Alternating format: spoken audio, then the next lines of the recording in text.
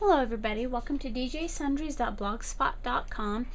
Today is the day that my card exchange club meets, so the theme for this month is babies' birthday cards. So I thought I would have a little bit of fun and try something new. I really don't have any baby or very many baby stamps, so I didn't have a lot that I could do. So I thought I would just have some fun with it. Now, we can do male, we can do female, or we can do neutral. And I'm trying to do mine so it'll be kind of neutral. So the first thing that I want to use here is my Tim Holtz Alterations die, and this is the paper Rosette. And I'm really excited about this. Now, I do not have a Vagabond or a Big Shot or anything like that, so I have a Cuttlebug. Now what you need to know is if you're using a long strip die like this with a Cuttlebug, you are going to need the longer plates. You can buy these online or maybe in stores, I'm not sure, but this is a long plate. This is the A plate, and then I also have the B and C plates. Now also another thing that I discovered while doing this is my Cuttlebug instruction manual says that if I'm using a thin die from another company to use an A plate, a B plate, and a C plate.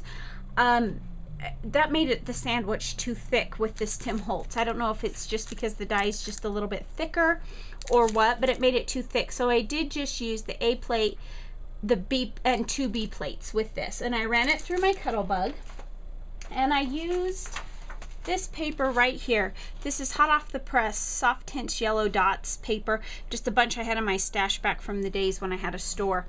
And so that's the paper I used, and this is what was cut out. We have a strip like this, and then this little star thing. Now this is very important, but there is one more thing you need. I took just a piece of scrap craft cardstock. It doesn't matter what color you use because this isn't going to show, but I took my 1-inch Martha Stewart punch here. I think it's Martha Stewart, yeah. A 1-inch punch, and I just cut a circle with that. So now what I want to do is I want to distress it a little bit. It's yellow, but I want it to be neutral, but I'm also going to be using pinks and blues in here. So if you notice, the top of this die is scalloped, the bottom is straight.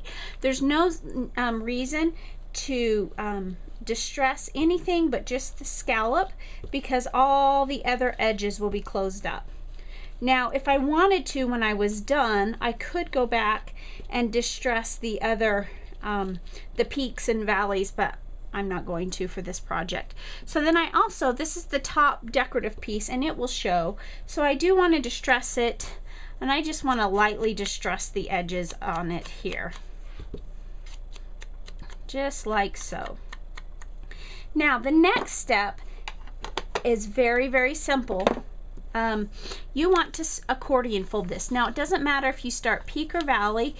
It doesn't matter because this isn't made so that it will end up, whichever one you start, it will end up on the other end, will be the other direction, as long as you don't skip one like I about did. Very simple accordion fold since the perforations are there from the die.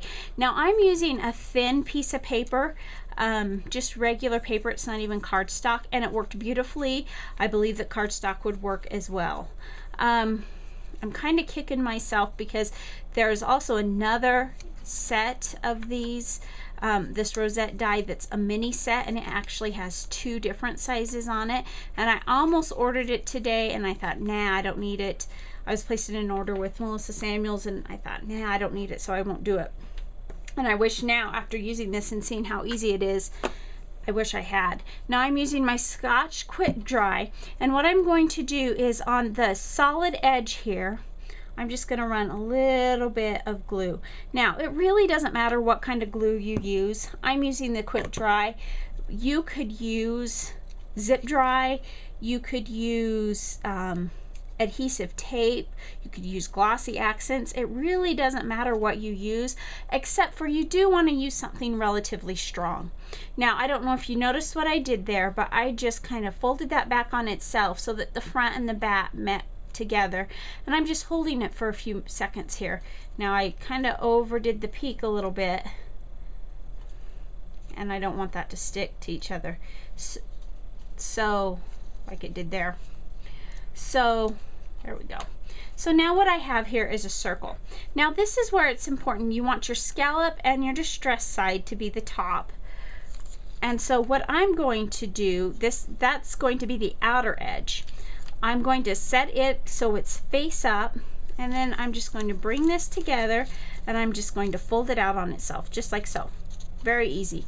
So now this is where this extra strip, this extra piece comes in, and I did it a couple of different ways. And one thing I did is I just applied the glue onto the strip or onto the little piece. I found that didn't work so well.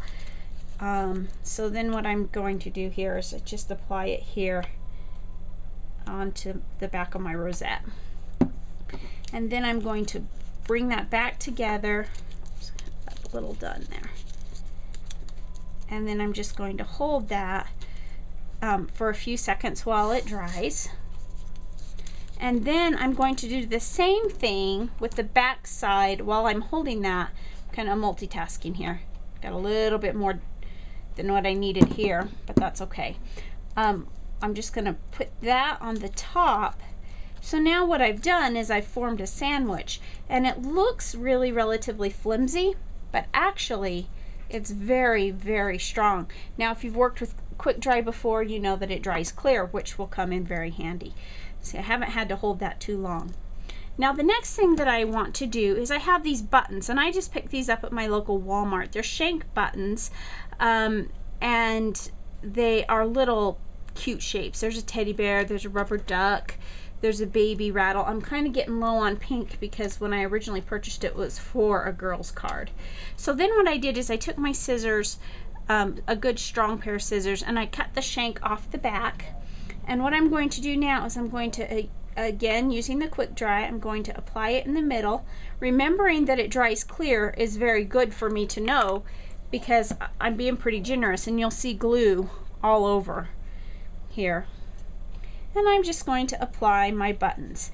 A couple of tips: you might find it easier if you went ahead and sanded off a little bit more of that shank on the back. I didn't. I probably should have.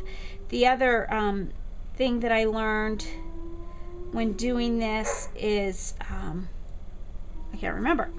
So that's just going to dry just like this. Now if I wanted to, I could go around the edges with the glue just so it would dry. And so then my finished one looks something like this. This one's more dry. So I'm going to put this stuff away and we'll come back and finish up the card. So now let's get our card all finished up. The first thing that I did is, though I mentioned before that I don't have mini baby stamps, I really don't sentiment wise, but I do have this cute little baby stamp. This is from Stampin' Up, and it's something I picked up at a yard sale, and I believe the package said it was from the Sketches set.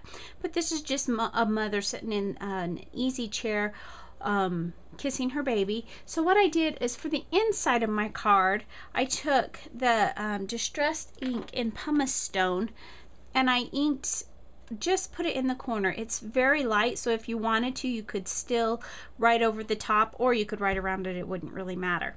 So then I have a 5.5 inch wide card, and it's 4 1/4 inches. Well, it's 8.5, folded in half is 4 1/4. And so then what I've done next is I've taken 2 pieces of paper. I've taken this piece of paper from hot off the press. It's a soft blue tint stripe. And then this one, soft tints pink gingham. That way I can use it for both. And what I've done is I've cut them into 2 pieces, 6 inches wide by about 1.5 inches tall. Now I know my card's not that wide, but it frustrates me sometimes when I get my measurements off just even 1/16 or 1/8 of an inch, and then I'm seeing the base card underneath it, and I don't like that. So I didn't want that to happen this time. I'm not seeing to my ATG. And so I overcut it, and then I'll center it. I'll put it off on one side, and then all I'll have to do is go back and trim that up. But then that way I'm sure that I have it nice and even on the sides, and I don't have my cream card base showing through. Thankfully I have a backup adhesive here. I've got my Tombow here. So we'll just open it up and finish that off.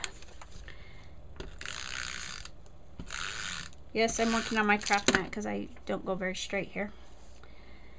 And so what I'm doing here is I'm just butting each of those pieces up to each other, just very simply. And I know there's a seam, but we're going to take care of that in just a minute. And then what I did is I've taken a little piece of scrap cardstock, the same color, the cream color, which is from Recollections from Michaels. And what I have my EK Success punch here, and I'm going to line it up and I'm going to punch it. And just go through and do a punch all the way, oops, slipped, all the way through here. Set that aside and just trim that off. And then what I'm going to do is take my paper trimmer here, take that off to the side, and I'm going to line this up so that all the waves kind of meet at the 1/4 inch line, like so. And then I'm going to just trim it at a 1/4 inch. Now, if you trim it first and then do it, you end up with a very narrow edge. And I wanted it a little bit wider, so that's why I opted to do it this way. So now, if you notice here, I have a little bit of a mistake, but it's actually in a good place. If you're going to make a mistake, that's where I want it to be, because that will not show at all. So what I'm going to do here is then just center this over that seam, just like so. And I'm going to take my scissors and just trim this off so that I have it all even. Now these tonic scissors have a coating to help resist the stickiness from the leftover adhesive on the back. So that gives me this little piece. Now that's a little bit crooked, but I think it's going to be okay. Let's see if I can bring it up and reposition it just a little bit. I don't know if I will or not. No, not without ripping up my card. So we'll just leave it just like that. And then what I'll do is I'll take my tacky glue. I'm going to have to redo this one, so I'll go back and redo it. But I'm going to take my tacky glue here, my quick dry, and just attach this, and that will give us a card that looks like this. Now the one last step that I did on these cards is, if you remember correctly, I mentioned before how that the glue, the tacky glue or the zip dry, both dry clear. And that's true. But you can see it dries clear, but it's not matte. It's kind of glossy. So what I did, since I had extra glue on there and I didn't want it to show, I took my glossy accents and went around the whole medallion in the center. And I don't think the camera picks it up very well, but it just adds a little bit of shine, but then it does also helps adhere the edges of these little buttons a little bit better as well. So that's my baby card. Thanks for watching and have a great day.